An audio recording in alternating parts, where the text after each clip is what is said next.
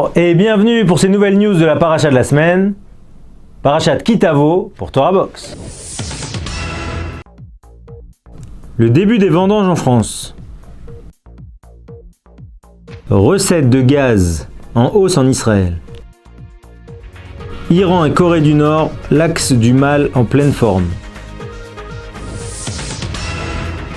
Alors, les vendanges ont démarré en France avec une année 2017 extrêmement particulière. D'abord, les vendanges ont démarré 15 jours plus tôt que prévu pour tomber spécifiquement dans notre parachat de Ki Tavo, puisqu'il y a marqué au tout début de la paracha Ki Tavo el haaretz, lorsque tu viendras en Eretz Israël et que tu trouveras une des 7 espèces, et bien à ce moment-là, il faudra mettre au tout démarrage, dès que tu commences à avoir un petit peu de récolte, alors on doit marquer cette récolte et se réjouir de ce qu'Hachem nous a donné, ces nouvelles bontés, et les amener et les consommer au Beth Amikdash.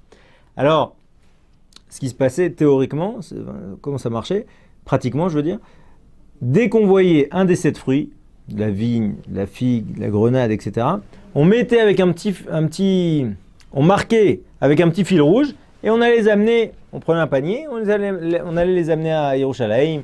Il y avait des grandes fêtes, des grandes processions, et tout le monde se réjouissait de ces prémices.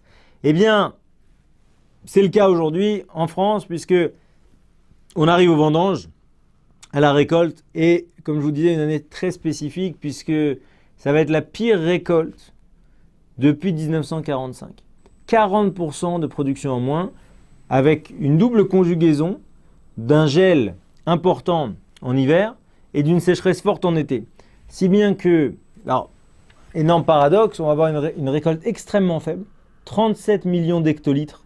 D'accord, il faut savoir que la pire année depuis 1945, c'était 1991, avec 41 millions d'hectolitres. Ça veut dire qu'on est, grosso modo, 15% en dessous de la pire récolte. 40% de récolte en moins par rapport à l'année dernière. Et ça, en fait, c'est quoi le message ? Le message, c'est qu'on doit se réjouir absolument de ce qu'on a. C'est que, pour avoir parlé avec plusieurs récoltants goy, ils ont dit, voilà, nous, dans le vin, on est sans cesse en train de regarder le ciel. Mais pourquoi ? Parce que on est lié à ce beau temps, on est lié à ce soleil qui va faire mûrir le fruit, qui va accélérer le processus qui va permettre qu'il y ait plus de sucre et donc qui va gérer le taux d'alcool dans le vin, etc., etc. Maintenant, le grand paradoxe, c'est que si cette année s'annonce comme une année catastrophique, cette année sera une année certainement où le vin sera extraordinaire. Pourquoi ? Parce que la sécheresse forte casse le processus de reproduction des insectes. Et en fait, donc on va avoir une toute petite récolte, mais une récolte extraordinaire d'après les spécialistes. C'est ça la force de la paracha de la semaine. C'est quand quelque chose qui apparaît anodin, tous les ans je vais récolter, tous les ans je vais avoir du blé, tous les ans, eh bien cette joie du démarrage de ce cadeau qu'Hachem nous fait au quotidien, c'est ça qu'on doit sentir. On doit sentir la joie chaque jour de se lever, la joie chaque jour de pouvoir sourire à son ami, etc., etc., de pouvoir faire Shema Israël, de pouvoir taper des mains, et c'est ça parachat Ki Tavo. Alors, la parachat Ki Tavo, au-delà de cette entrée en Eretz Israël, de ces prémices, c'est évidemment les malédictions, 98 malédictions. C'est la paracha complexe, au point que dans beaucoup de pays, on se battait pour ne pas être celui qui montait pour la 6e montée, celle des malédictions. On payait même des gens très chers pour monter, parce qu'il faut toujours qu'il y ait quelqu'un qui monte à la Torah. Mais en tout cas, avant les malédictions, il y a un petit morceau quand même de bénédiction pour ne pas être trop violent.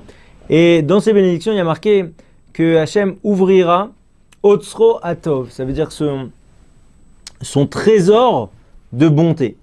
Et là-bas, la Gemara dans Chagiga, page 12 là-bas, explique que il y a des grottes, comme ça, dans lesquelles il y a des réserves de trésors. Alors, là-bas, il y a un débat dans le Talmud, à savoir, est-ce que les trésors, justement, c'est une pluie bienfaisante, ou est-ce que les trésors, c'est des trésors en sous-sol ?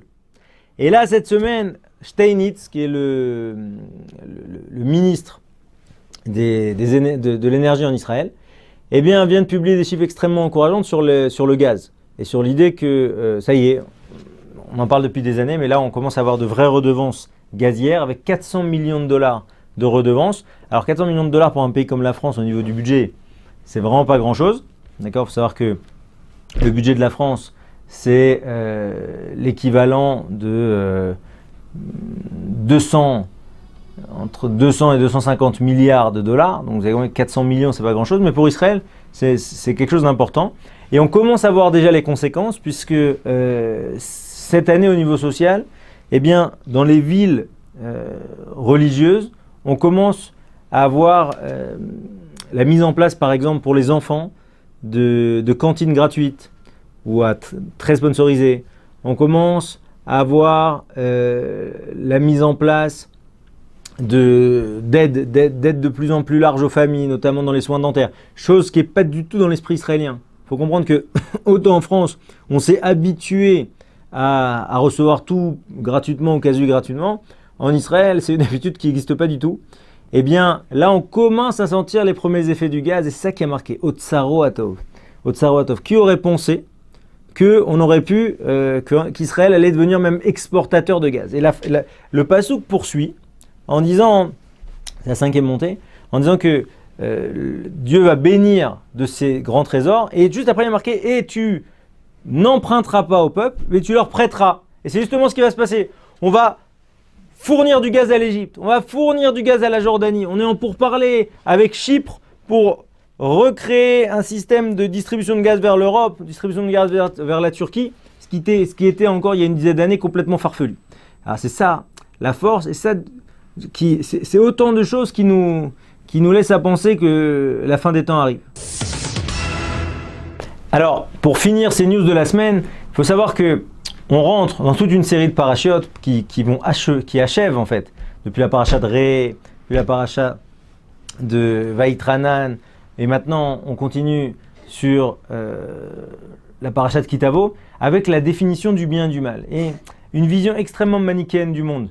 L'idée que si tu te comportes bien, tu auras beaucoup de bénédictions, et si tu te comportes mal, tu vas te faire taper dessus. Et là, on a un grand problème avec ça. Ça veut dire que quand on lit ça, on dit mais c'est pas possible, on parle à des enfants. Si tu respectes bien mes décisions, tu auras une sucette. Et si par contre, Chas v'Shalom, tu t'égarerais, eh bien je te pousserai dans les ravins, je te ferai manger ton enfant, je te ferai etc. etc. Au point que une somme de malédictions incroyable. Mais qu'est-ce que veut nous dire là la Torah? Alors, Chaim Shmulevitch d'expliquer qu'en fait, la Torah et Moshe Rabbeinu principalement à la fin de son œuvre, Mishneh Torah, c'est-à-dire le dernier livre de la Torah qui est le résumé de Moshe quelque part, eh bien, Moshe veut une chose extrêmement claire, la définition du bien et du mal. Ce qu'il faut, ce qui est essentiel dans la vie, c'est d'être capable de mettre des noms sur ce qui est bon et sur ce qui est mauvais. Pourquoi? Parce que toute la force du mauvais penchant, c'est de nous rentrer, ce qu'on a dit la fin de la semaine dernière avec Amalek, avec cette idée que finalement on doute. Amalek, valeur numérique, ça fait. C'est-à-dire que on doute des choses. C'est pas vraiment du racisme. Ça passe. Les gens évoluent, etc. Ne pas classer, ne pas dire clairement les choses. C'est un des grands problèmes qu'il y a avec l'islamisme. Et cette idée que les pays européens ont du mal à dire que voilà, c'est du fascisme. Ils ont du mal. Et c'est ça la force. Et là, finalement, c'est intéressant de reprendre ce que George Bush avait dit à l'époque sur l'axe du mal. Il était vraiment pas paru pour un hurluberlu. On parle de ça il y a 15 ans, il y a plus de 10 ans, où il avait dit clairement, voilà, l'axe du mal, c'est ça. Les mauvais, c'est eux. La paracha de Kitavo, elle vient te dire, attention, c'est le discours qu'il faut tenir avec son mauvais penchant.